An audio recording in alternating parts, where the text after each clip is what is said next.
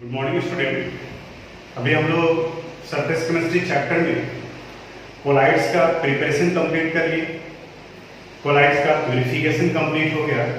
अब आज हम लोग कोलाइड्स के प्रॉपर्टीज के बारे में पढ़ेंगे। कोलाइड्स के प्रॉपर्टीज ये बिल्कुल थ्योरेटिकल पार्ट है, पीडीएफ में भी दिए हैं, थोड़ा थोड़ा सा उनके बारे में डिस्कस करते जाते हैं।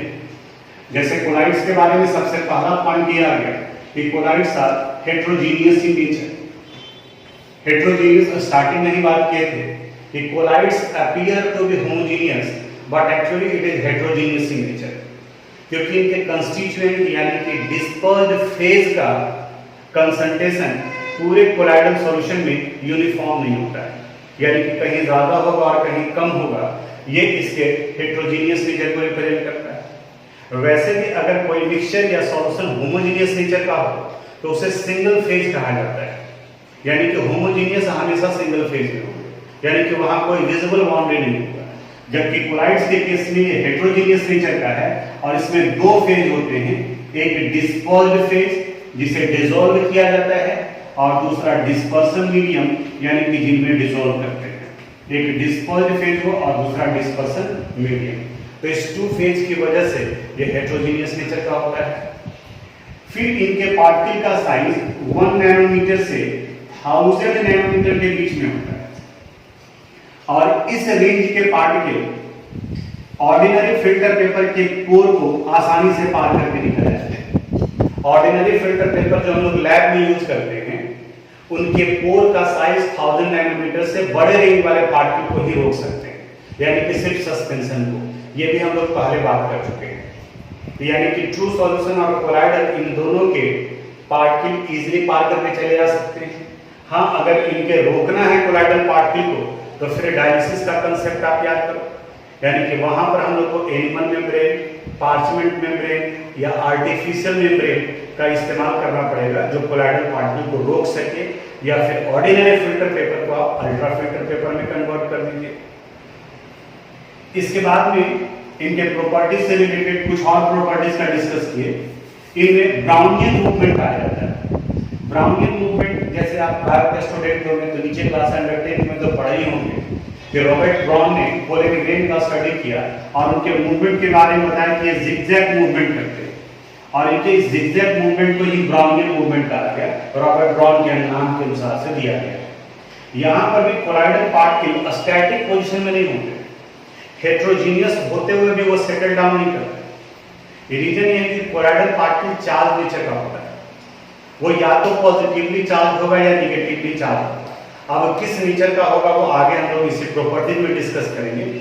अभी आप मान करके चलो कि कोलाइडल पार्टिकल पॉजिटिवली चार्ज है, क्योंकि इनके पार्टिकल का साइज बड़ा है, हेट्रोजीनियस नेचर का है, तो ये पॉजिटिवली चार्ज पार्टिकल नीचे बॉटम में सेटल डाउन करना चाहेंगे। तो ये जैसे ही ये नीचे बॉटम में सेटल डाउन करने के लिए आते हैं तो फिर एक और कंसेप्ट काम करता है, लाइक यहाँ सिमिलर चार्ज एक दूसरे को रिपेल करते हैं। तो जैसे ही नीचे बॉटम में बैठे तो सिमिलर चार्ज होने की वजह से फिर ये रिपेल कर देता है।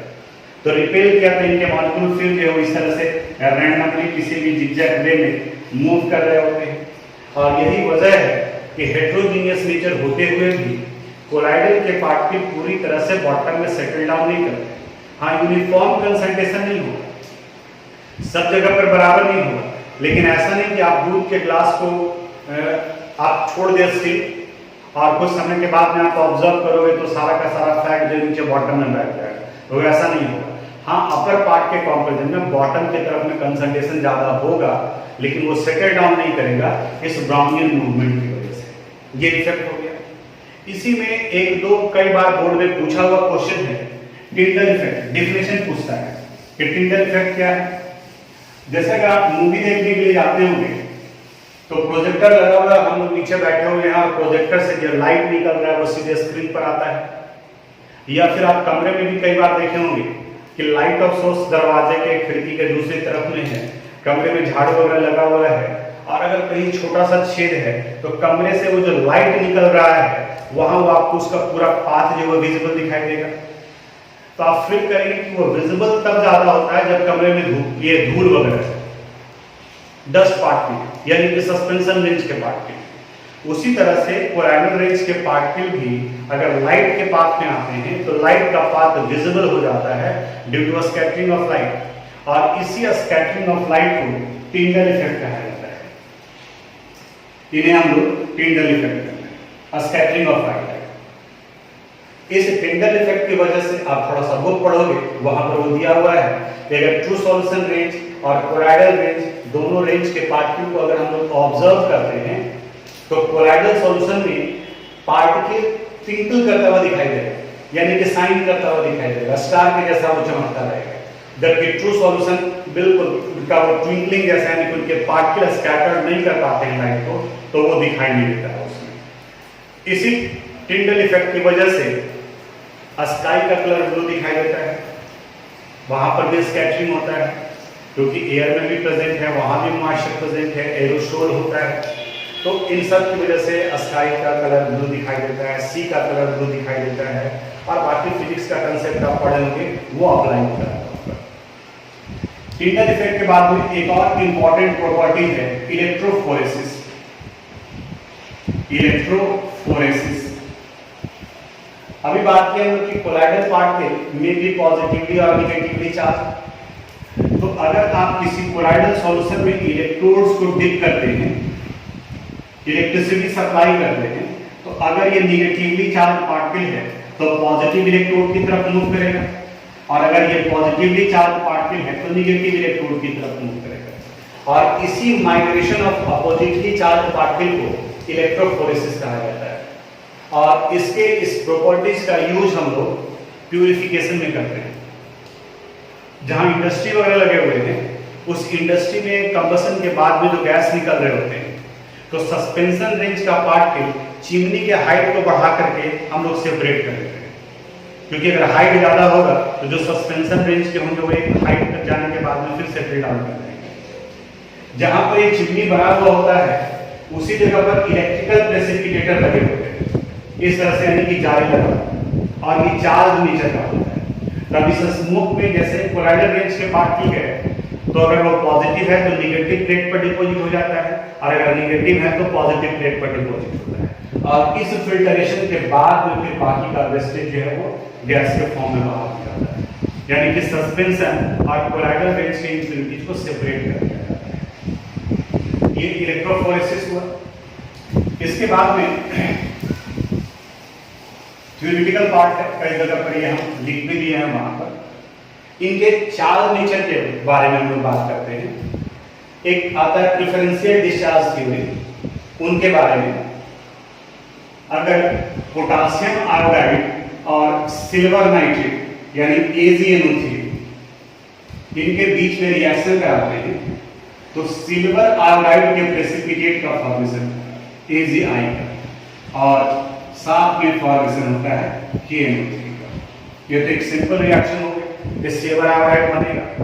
लेकिन क्वेश्चन कभी कभी ये पूछेगा कि व्हाट हैपेंड या what would be the charge on colloidal particle if यहां पहले से सिल्वर नाइट्रेट सॉल्यूशन है और इसमें डाला गया है पोटासियम आयोडाइड, यहां अलग होगा, और वहीं अगर पोटासियम आयोडाइड सॉल्यूशन में सिल्वर नाइट्रेट को डाला गया है AgNO3,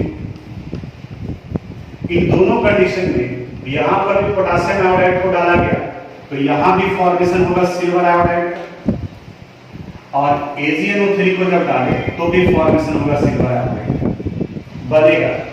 लेकिन दोनों कंडीशन में फॉर्म्ड कोलाइड सिल्वर आयोडाइड का नेचर अलग अलग होगा।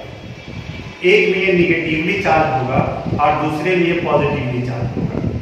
अब ये डिपेंड करता है कि किसको किस में डाले हैं, और ये क्वेश्चन बोर्ड में कई बार रिपीट किया है, इसलिए इसको आप ध्यान से समझिएगा। पोटासियम आयोडाइड को जब आप सिल्वर नाइट्रेट में डालते हैं, पोटासियम आयोडाइड डाल रहे हैं और पहले से सिल्वर नाइट्रेट अवेलेबल है, इसका मतलब ये हुआ कि यहाँ पर सिल्वर आयन और नाइट्रेट आयन का कंसंट्रेशन ज्यादा है। तो डिपोजिशन की अगर बात करें तो सिल्वर आयोडाइड में दो पार्ट हो गए, एक Ag+ और दूसरा I-। तो जो इस Ag प्लस और I माइनस का कॉमन पार्ट पहले से अवेलेबल है वो इनके सरफेस पर डिपॉजिट होगा। तो यहाँ AgNO3 में इनके पास पहले से कौन सा पार्ट अवेलेबल है, Ag प्लस, ये डिपॉजिट होगा। वही अगर पोटेशियम आयोडाइड में आप सिल्वर नाइट्रेट डाल रहे हैं तो सॉल्यूशन में K प्लस और I माइनस एक्सेस अमाउंट में प्रेजेंट है। तो आप देखो तो इस AgI में कौन सा पार्ट कॉमन हो गया, K प्लस या I माइनस, तो यहाँ पर ये I माइनस कॉमन हो गया। अब देखो यहाँ पर ये Ag प्लस है, इसका मतलब इस जगह पर पॉजिटिव सोल का फॉर्मेशन होगा, यानी कि ये कोलाइडल पार्टिकल पॉजिटिवली नेचर के होंगे और यहाँ पर ये निगेटिव सोल का फॉर्मेशन करेगा, यानी कि इसके कोलाइडल पार्टिकल निगेटिवली नेचर के होंगे। फिर से सिल्वर आयोडाइड दोनों में बना। अब इसके बाद में किस आयन का डिपोजिशन होगा ये डिपेंड करता है कि पहले से कौन सा आयन अवेलेबल है। जैसे AgI में Ag प्लस और I माइनस है तो ये सॉल्यूशन में ढूंढेगा Ag प्लस या I माइनस, तो इसको कौन सा आयन मिलेगा, Ag, क्योंकि पहले से ज्यादा है। और यहाँ पर पोटेशियम आयोडाइड है तो इसको कॉमन कौन सा मिलेगा, यहाँ पर I, K भी है लेकिन K इसमें कॉमन नहीं है इसलिए इसका डिपोजिशन नहीं होगा। इस जगह पर Ag प्लस है और NO3 भी है लेकिन कॉमन यहाँ पर Ag और I को ही खोजेगा तो मिलेगा इसे Ag प्लस का फॉर्मेशन। तो इस जगह पर ये निगेटिव सोल का फॉर्मेशन किया, सॉरी पॉजिटिव सोल का, और इस जगह पर ये निगेटिव सोल का फॉर्मेशन करेगा। चार्ज भी चेक हो गए, यानी कि या तो ये पॉजिटिवली चार्ज होगा या फिर ये निगेटिवली चार्ज होगा। अब करता है कि अब इस चार्ज के बाद में अब सॉल्यूशन में ऊपर से आप ऐड करते चले जा रहे हैं तो एक second layer of charge particle का भी फॉर्मेशन होता है जिसे हम लोग मोबाइल चार्ज करते हैं, डिस्पर्स चार्ज करते हैं और ये इसको सराउंड करता है, यानी इसके ऊपर में सेकेंड चार्ज का फॉर्मेशन होगा निगेटिव का और जो निगेटिव है इसके ऊपर में पॉजिटिव चार्ज का फॉर्मेशन होगा। यानी कि जहां पर I माइनस है इस निगेटिव के चारों तरफ में K प्लस का डिपोजिशन होगा, K प्लस K प्लस, और ये जो सेकेंड लेयर हो गया इसी को मोबाइल या डिफ्यूज लेयर ऑफ चार्ज कहते हैं। और जहां पर ये Ag प्लस है इसके ऊपर में I माइनस का डिपोजिशन होगा, I माइनस यहाँ I माइनस, और इन दोनों के बीच में जो पोटेंशियल डिफरेंस होगा चार्ज की वजह से जो पोटेंशियल डेवलप करता है इसी पोटेंशियल को जीटा पोटेंशियल कहा जाता है। यानी कि कई जगह पर ये टर्म भी यूज किया है जीटा पोटेंशियल। तो मेन जो क्वेश्चन है what would be the nature of colloidal particle, what would be the charge on colloidal particle if potassium iodide is added in silver nitrate, और दूसरा क्वेश्चन हो सकता है if silver nitrate is added in potassium iodide solution. तो आपको ये देखना है कि पहले से कौन अवेलेबल है, पहले से यहाँ अवेलेबल है Ag प्लस ज्यादा अमाउंट में और यहाँ अवेलेबल है I माइनस, तो इस जगह पर पॉजिटिव बनेगा और इस जगह पर निगेटिव बनेगा। इस वीडियो को फिर से रिपीट करके आप लिखिएगा, कंसेप्चुअल पार्ट है और जहां पर डायग्राम का जरूरत पड़ेगा उसको आप नोट कर लीजिए। अब हम लोग कोलाइड्स के और प्रॉपर्टीज के बारे में डिस्कस करते हैं। इन्हें कहा जाता है कोएगुलेशन। कोएगुलेशन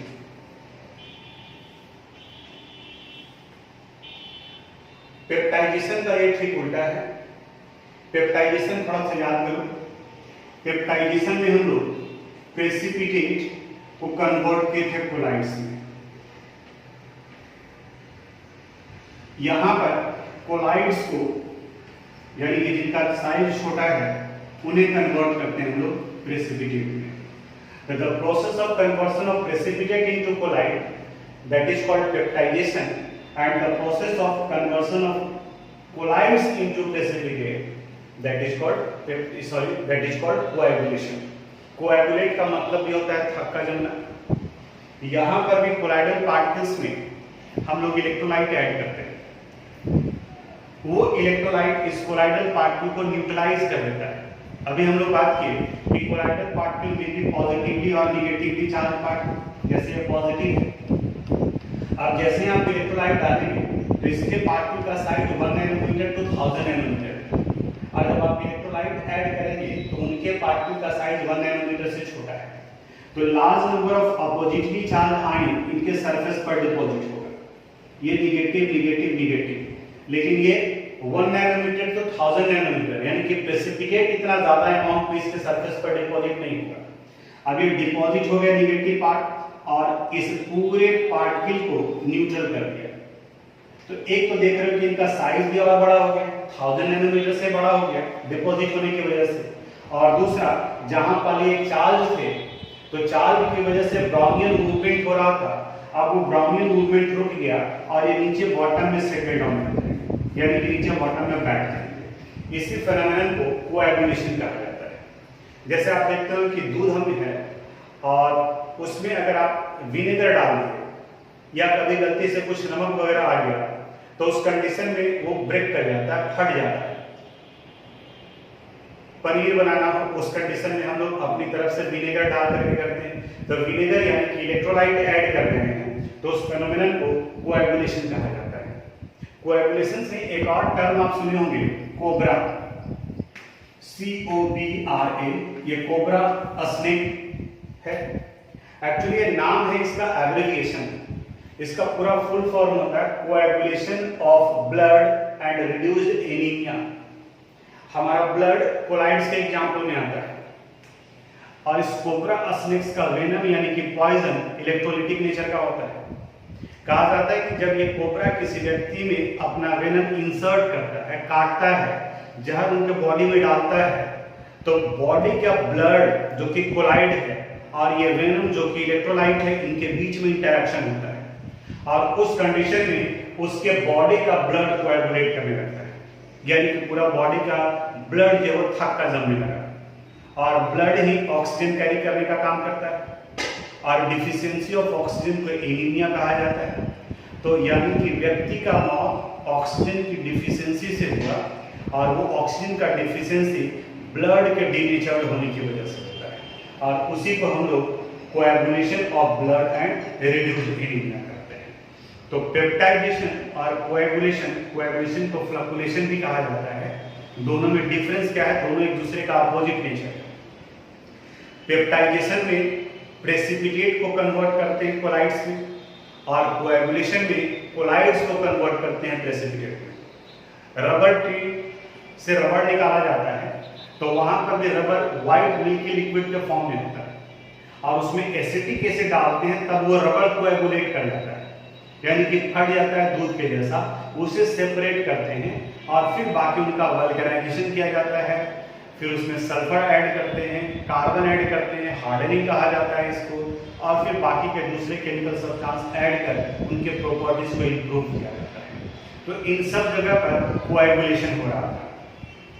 अब कोएगुलेशन में ही एक और टर्म आप लोग पढ़ेंगे तो उस जगह पर दिया हुआ protection of colloids from coagulation. Colloids को कोएगुलेट होने से बचाने के लिए हम लोग लियोफोबिक कोलाइड में, जैसे अगर मान लीजिए पॉजिटिव नेचर का है तो लियोफोबिक कोलाइड में लियोफिलिक कोलाइड ऐड करते हैं before the addition of electrolyte. तो जब लियोफिलिक कोलाइड ऐड करते हैं तो इस पॉजिटिव के चारों तरफ में एक थिन लेयर का फॉर्मेशन कर देता है। ये पॉजिटिवली चार्ज है तो पहले से पॉजिटिव था और एक थिन लेयर बन गया, यानी कि नेगेटिव, तो ये पॉजिटिव और नेगेटिव मिलकर एज ए होल न्यूट्रल हो गए। अब जब इसमें आप इलेक्ट्रोलाइट ऐड करेंगे तो वहां कोएगुलेशन नहीं होगा। इसी फेनोमेनन को protection of colloids from coagulation कहा गया है। अब इस लियोफिलिक कोलाइड के प्रोटेक्टिंग पावर को एक स्पेशल टर्म से हम लोग रिप्रेजेंट करते हैं जिन्हें गोल्ड नंबर कहा जाता है। ये गोल्ड नंबर बताता है कि ये जो लियोफिलिक कोलाइड आपने ऐड किया है इसका प्रोटेक्टिंग पावर कितना है। जितना गोल्ड नंबर का वैल्यू कम होगा उसका प्रोटेक्टिंग कैपेसिटी उतना ही ज्यादा होगा। ये क्या बताता है कि अगर कोई लियोफोबिक कोलाइड है तो इसमें इस लियोफिलिक कोलाइड का कितना अमाउंट आप डालेंगे, the amount of lyophilic colloid added in lyophobic colloid to prevent its coagulation, ताकि इसका कोएगुलेशन जो हम रोक सकें। तो आप इमेजिन करो कि अगर 1 मिलीग्राम ही ऐड करने पर 10 मिलीलीटर लियोफोबिक कोलाइड को कोएगुलेशन से बचा दिया और दूसरे का 5 मिलीग्राम डालना पड़ा तो 1 मिलीग्राम का प्रोटेक्टिंग कैपेसिटी ज्यादा है तो उसका गोल्ड नंबर वैल्यू 1 हो गया, और जहां 5 मिलीग्राम डालना पड़ा तो उसके गोल्ड नंबर का वैल्यू 5 है, लेकिन उसको प्रोटेक्ट करने के लिए आपको उस सब्सटेंस का 5 मिलीग्राम ऐड करना पड़ेगा। 10 मिलीलीटर 1% NaCl सॉल्यूशन को ऐड करना है कोएगुलेट कराने के लिए, और उससे बचाने के लिए जितना अमाउंट ऑफ लियोफिलिक क्लोराइड का डालते हैं that is called gold number of that lyophilic chloride. Definition हम लिखेंगे, उसको आप जो समझ लेना, उसके अनुसार से होगा। अब जो आप इलेक्ट्रोलाइट ऐड करते हैं, इस इलेक्ट्रोलाइट के प्रेसिपिटेशन के कैपेसिटी को, कोएगुलेटिंग कैपेसिटी को हार्डी-सूजे रूल से रिप्रेजेंट किया जाता है। हार्डी-सूजे कई बार ये 2-3 पॉइंट है, इसके बारे में भी पूछा है। पहला पॉइंट तो ये है, ये बताता है कि इलेक्ट्रोलाइट का अपोजिटली चार्ज आयन रिस्पांसिबल होता है कोएगुलेशन के लिए। जैसे अगर क्लोराइड पॉजिटिव नेचर के हैं तो इलेक्ट्रोलाइट का निगेटिव पार्ट इसको कोएगुलेट करेगा। अगर ये खुद निगेटिवली चार्ज है तो इलेक्ट्रोलाइट का पॉजिटिव पार्ट इसको कोएगुलेट करेगा, पहला पॉइंट। दूसरा पॉइंट ये बताता है कि जितना ज्यादा पावर होगा इलेक्ट्रोलाइट के ऊपर में, उसका कोएगुलेटिंग कैपेसिटी उतना ही ज्यादा होगा। जैसे अगर हम लोग एक Cl माइनस ले लें, दूसरा SO4 2 माइनस ले लें, और फिर तीसरा PO4 3 माइनस ले लें, तो हार्डी-सूजे रूल के अनुसार से यहाँ पे सिर्फ 1 माइनस चार्ज है, तो इससे ज्यादा कोएगुलेटिंग पावर होगा सल्फेट आयन का, इससे ज्यादा कोएगुलेटिंग पावर होगा फॉस्फेट आयन का। यानी कि ये पॉजिटिव सोल को कोएगुलेट करेगा, पॉजिटिव क्लोराइड को कोएगुलेट करेगा। उसी तरह से Na+ से ज्यादा कोएगुलेटिंग पावर होगा Mg2+ का, और Mg2+ से ज्यादा पावर होगा Al3+ का। यानी कि इस अनुसार से ये कोएगुलेट करेगा। तो ये कोएगुलेशन से रिलेटेड था, पूरी तरह से थ्योरेटिकल चैप्टर है। आप पीडीएफ भी देख रहे होंगे कि 20 to 30 मिनट्स के बीच का अगर वीडियो बना रहे हैं, वो सेंड कर रहे हैं आपको, तो 2 to 3 पेज का नोट्स हो रहा है थ्योरेटिकल होने की वजह से। ये फिजिकल केमिस्ट्री में है लेकिन पूरी तरह से थ्योरेटिकल है। ये यहाँ तक का ये सिलेबस में आपका पढ़ना था, और इसके बाद का 2 पार्ट जैसे कैटालिसिस है और दूसरा इंजाइम भी कैटालिसिस का ही एग्जाम्पल है, और थोड़ा सा इमल्सन, उसको इस बार सिलेबस में से हटा दिया। लेकिन अगर एक क्लास हम लोग यूज करें तो उसमें वो टॉपिक भी कंप्लीट हो जाएगा, तो हम लोग उसको भी लेकर के चलेंगे, यानी कि उन्हें भी कंप्लीट करें। तो थोड़ा सा एक पार्ट आज कंप्लीट कर देते हैं, तो अगले क्लास में ये पूरा चैप्टर भी कंप्लीट हो जाएगा। अब आ जाते हैं उस वाले क्वेश्चन पर जो इस बार के लिए सिलेबस से हटा दिया है, कैटालिसिस के बारे में। कैटालिसिस कैटलिस्ट वर्ड से बना हुआ है, और कैटलिस्ट वैसे केमिकल सब्सटेंस को कहते हैं जो रेट ऑफ रिएक्शन को अफेक्ट करता है, यानी कि रेट ऑफ रिएक्शन को वो चेंज करता है।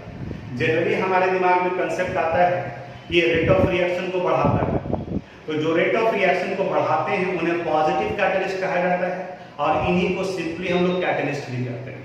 और कुछ वैसे भी कैटलिस्ट होते हैं जो रेट ऑफ रिएक्शन को घटाने का काम करता है, तो जो रेट ऑफ रिएक्शन को रिड्यूस करने का काम करेगा उन्हें निगेटिव कैटलिस्ट कहा जाता है। लेकिन जनरली हम लोग पॉजिटिव कैटलिस्ट का यूज करते हैं, लेकिन कुछ एक केमिकल रिएक्शन में उनके रेट को अगर स्लो करना है तो वहां पर हम लोग निगेटिव कैटलिस्ट भी यूज करते हैं। कैटलिस्ट का क्लासिफिकेशन किया गया है homogeneous catalysis and heterogeneous catalysis. Homogeneous catalysis में रिएक्टेंट एंड कैटलिस्ट दोनों सेम फेज में होंगे, और हेटेरोजीनियस कैटालिसिस में ये दोनों जो अलग अलग फेज में। जैसे सल्फर डाइऑक्साइड गैस का अगर हम लोग ऑक्सीडेशन कराते हैं, SO2 इन गैसेस स्टेट प्लस O2 इन गैसेस स्टेट, यहाँ पर 2 डाल दो, और इस जगह पर NO यूज किया जाता है कैटलिस्ट के फॉर्म में। It result the formation of 2SO3 in gases form. एक दूसरा एग्जांपल है 2SO2 in gaseous state plus O2 in gaseous state, He2O5, और ये थर्ड स्टेट में सॉलिड है, it also give 2SO3 in gaseous state। तो अगर NO आप यूज कर रहे हो तो देखो all reactant and catalyst are in same phase, then it is an example of homogeneous catalysis. And if all reactant and catalyst are not in same phase, ये V2O5 और स्टेट है इनका सॉलिड, तो चूंकि ये सॉलिड स्टेट में है, इनका स्टेट सेम नहीं है, तो ये एग्जाम्पल हो जाएगा हेट्रोजीनियस कैटालिसिस का। तो ये हेट्रोजीनियस हुआ और ये होमोजीनियस हुआ। तो आज इसको इंट्रोड्यूस कर दिए हैं, थोड़ा सा थ्योरेटिकल पार्ट है, तो आप इसको थोड़ा सा रीडिंग डाल करके रखोगे और आगे बताएंगे कैटलिस्ट के बारे में, एंजाइम्स के बारे में और फिर इमल्सन के बारे में। आज यहीं तक, बाकी अगले क्लास में।